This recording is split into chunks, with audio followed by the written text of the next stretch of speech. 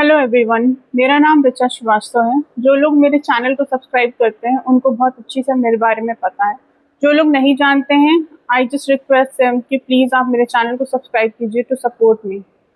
आज का जो मेरा टॉपिक है, this is regarding myths about tarot. लोगों के दिमाग में बहुत सारी डाउट्स हैं टैरो को लेकर के। मेरे क्लाइंट्स खुद आते हैं, वो कहते हैं मैडम टैरो ये नहीं कर सकता, टैरो वो नहीं कर सकता, आप गलत बताते हो। तो ये पर्टिकुलर जो वीडियो है वो स्पेसिफिकली इसलिए है ताकि आपके मन में जो भ्रम है टैरो को लेकर के, that will be remove from your mind. तो जो पहला भ्रम जिसको लोग ये कहते हैं कि आपको एक साइकिक पावर होनी चाहिए टैरो पढ़ने के लिए, ऐसा कुछ भी नहीं है। टैरो के लिए आप, कुछ लोग देखिए बाय बर्थ साइकी होते हैं। उनका क्या होता है कि कुछ चीज़ें इंट्यूशन से आ जाती है, कुछ लोगों को फ्यूचर दिख जाता है। तो वो आपके पास्ट लाइफ कर्मा से होता है। उसका ये ज़रूरी नहीं है कि आपके पास वो पावर्स हों तभी आप टैरो पढ़ सकते हो, ऐसा बिल्कुल भी नहीं है। अगर आप टैरो कार्ड रीडर बनना चाहते हैं, कोई भी नॉर्मल इंसान बन सकता है। उसके लिए बस आपको ये करना है कि टैरो की स्टडी करनी है अच्छे से और मेडिटेशन करना है। मेडिटेशन मैं मस्ट कहूँगी आपसे, क्योंकि मेडिटेशन एक ऐसी चीज़ है जिसको करने के बाद ना तो आपको मानसिक शांति मिलती है, बल्कि आप टैरो में बहुत अच्छा रिजल्ट शो करते हो।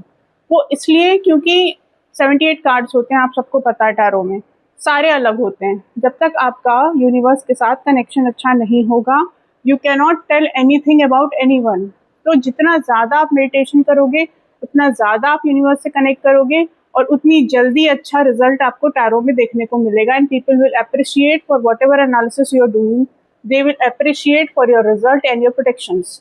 सो मैं आपसे यही कहूँगी कि टैरो से आप ये मत सोचिए कि अगर आप साइकिक नहीं हो, जिसके पास कुछ अंदरूनी शक्तियाँ नहीं हैं, तो आप टैरो नहीं पढ़ सकते। ऐसा बिल्कुल भी नहीं है। आपको बस टैरो का कोर्स करना है, आपको मेडिटेशन स्टार्ट करना है।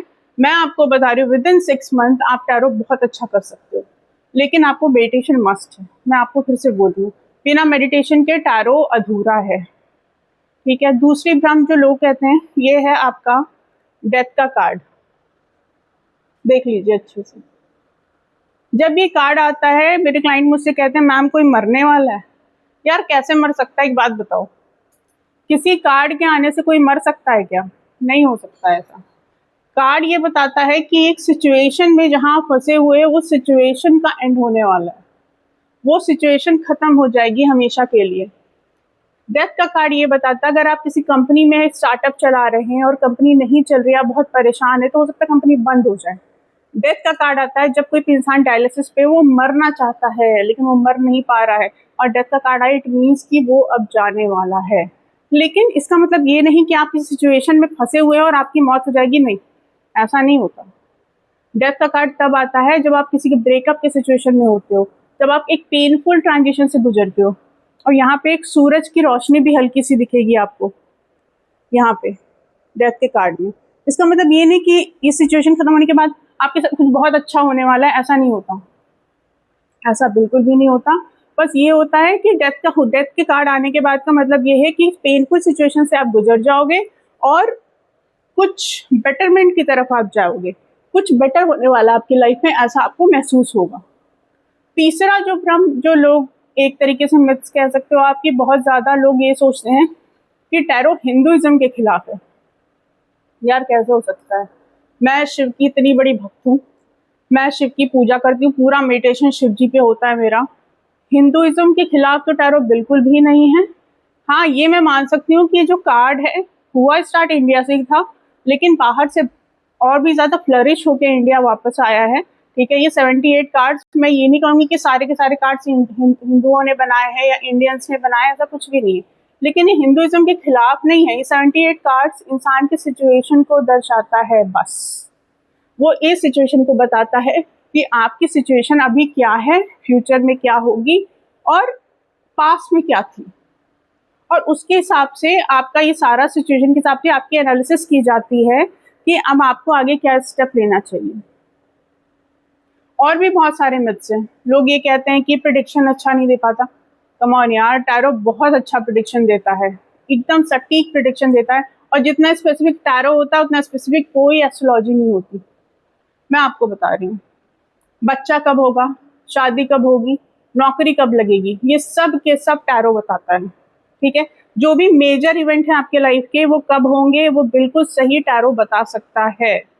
और इसके अलावा विद इन 6 मंथ आपकी जर्नी कैसी रहेगी लाइफ की, जो शॉर्ट टर्म पीरियड होते हैं ना, जो स्पेसिफिक आपको जानना है कि कोई मेरे बारे में क्या सोचता है, आपका इंटरव्यू दे के आए हो, आपको लगता है आपकी जॉब लगेगी या नहीं, आपका इस साल प्रमोशन होगा या नहीं, ये सारे के सारे आपके क्वेश्चंस के आंसर टैरो से मिल सकते हैं।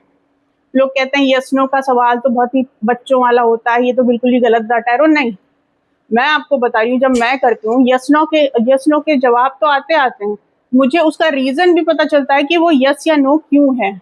मैं आपको ये भी बता रही हूँ। ठीक है, तो आप ये मत सोचिए कि टैरो में अगर आप आ रहे हो या टैरो रीडर को अपने बारे में बताना चाह रहे हो या उनसे कुछ पूछना चाह रहे हो तो आपको सही प्रेडिक्शंस नहीं मिलेंगे, ऐसा बिल्कुल भी नहीं है।